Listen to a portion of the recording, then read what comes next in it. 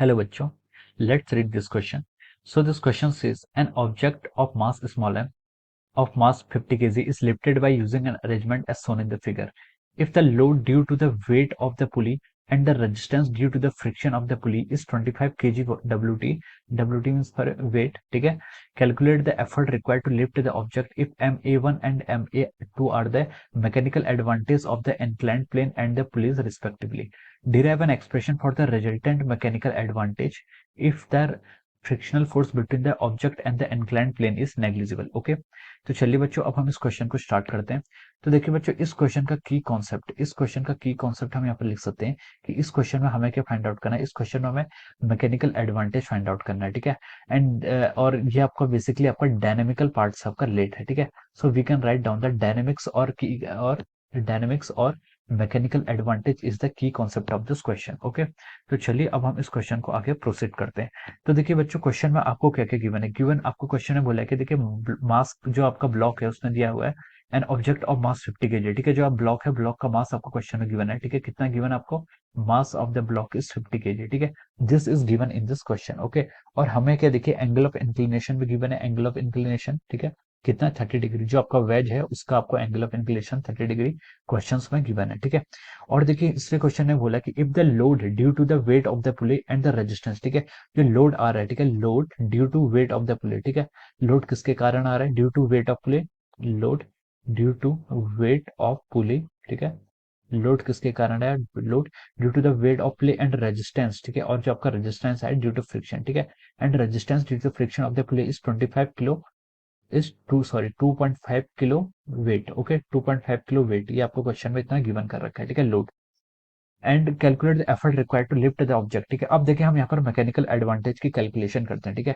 तो देखिए जो आपका मैकेनिकल एडवांटेज होता है जिसको हम एमए से डिनोट करें, मैकेनिकल एडवांटेज होता क्या है? मैकेनिकल एडवांटेज होता है आपका लोड डिवाइड बाय एफर्ट, ठीक है। Load divide by effort, this is the formula for calculating our mechanical advantage, ठीक है। अब हम पहले यहाँ पर इंक्लाइंड प्लेन के लिए कैलकुलेट कर देते हैं, ठीक है। We can write down that for inclined plane, ठीक है। फॉर इंक्लाइंड प्लेन, ठीक है। इंक्लाइंड प्लेन के लिए क्या होगा आपका मैकेनिकल एडवांटेज?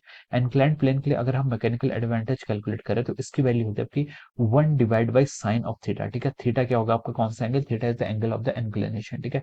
तो देखिए 1 डिवाइड बाई साइन 30 हो जाएगा, ठीक है। साइन 30 की वैल्यू कितनी थी आपकी? 1/2। तो हम लिख सकते हैं यहाँ पर जो आपका मैकेनिकल एडवांटेज आ गया उसकी वैल्यू आपकी कितनी आ रही है? 2 के इक्वल आ रही है, ठीक है। अब देखें नेक्स्ट हमें देखिए हमें ब्लॉक दिया हुआ है, ठीक है। यहाँ पर जो हमें ब्लॉक दिया हुआ है जिसका मास m है, ठीक है। इसका वेट आपको 50 kg गिवन है, ठीक है। इसका वेट कितना गिवन है आपको? वेट ऑफ ब्लॉक, ठीक है। ये हमें क्वेश्चन में देखिए हमने लिखा हुआ है, पहले लिखा है वेट ऑफ ब्लॉक। क्वेश्चन में कितना गिवन है आपको? Weight of block is 50 kg, ठीक है। This is given us in the question, ठीक है। ये आपको देखिए क्वेश्चन में क्या आपको गिवन है। ओके, वेट ऑफ ब्लॉक आपको 50 kg क्वेश्चन में गिवन है। अब देखिए अब यहाँ से आप एफर्ट कैलकुलेट करते हैं, ठीक है। Let us calculate the effort, ठीक है। हम यहाँ पर क्या करते हैं? एफर्ट कैलकुलेट करते हैं। अब देखिए आपका जो मैकेनिकल एडवांटेज होता है, मैकेनिकल एडवांटेज क्या होता है आपका? लोड डिवाइड बाय एफर्ट, ठीक है। This is the formula for our mechanical advantage, ठीक है। अब देखिए मैकेनिकल एडवांटेज कितना है आपका? मैकेनिकल एडवांटेज आपका 2 आ गया है, ठीक है। अब हम इसको क्या लिख सकते हैं? 2 is equal to load divide by effort, ठीक है।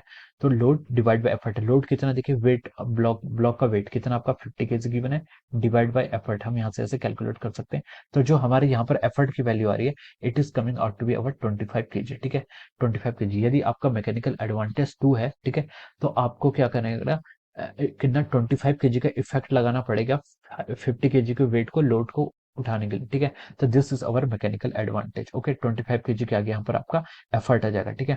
अब देखिए इस क्वेश्चन में हमें क्या मेंशन किया हुआ था। अब नेक्स्ट हमसे पूछा गया था कि if mechanic MA1 and MA2 are the mechanical advantage of the inclined plane and the pulley respectively, derive an expression for the resultant mechanical advantage if the frictional force between the object and the inclined plane is our negligible। Okay, तो देखिए अब हम यहाँ पर क्या करते हैं? Net यहाँ पर मैकेनिकल एडवांटेज को कैलकुलेट करते हैं। नेट मैकेनिकल एडवांटेज यानी कि आप एम ए को क्या लिख सकते हैं? देखिए मैकेनिकल एडवांटेज को लिख सकते हैं। देखिए आपका लोड ब्लॉक का वेट कितना? ब्लॉक का वेट आपका 25 kg है, ठीक है, प्लस 2.5 kg वॉट, ठीक है। प्लस 2.5 kg वेट, ठीक है, डिवाइड बाय आपका एफर्ट, ठीक है। ये आपका क्या आ जाएगा, यहाँ से आपका नेट मैकेनिकल एडवांटेज आ जाएगा, ठीक है। इसको अगर आप फर्दर आगे कैलकुलेट करेंगे तो देखिए मैकेनिकल एडवांटेज आपका कितना आ गया है, 2 आ गया है। इसको हम क्या लिख सकते हैं, देखिए ये आपका एडिशन होकर आएगा 27.5, ठीक है।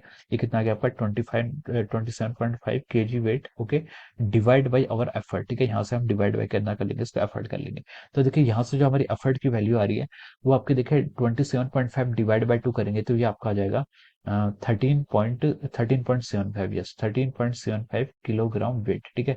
This is the value of our effort, ठीक है। यहाँ से हमारी ये एफर्ट की कितनी आ जाएगी, वैल्यू हो जाएगी, ठीक है। So this is the effort which is required to lift the object, ठीक है। हमें ऑब्जेक्ट को लिफ्ट करने के लिए कितना एफर्ट चाहिए आपका 13.75, ठीक है।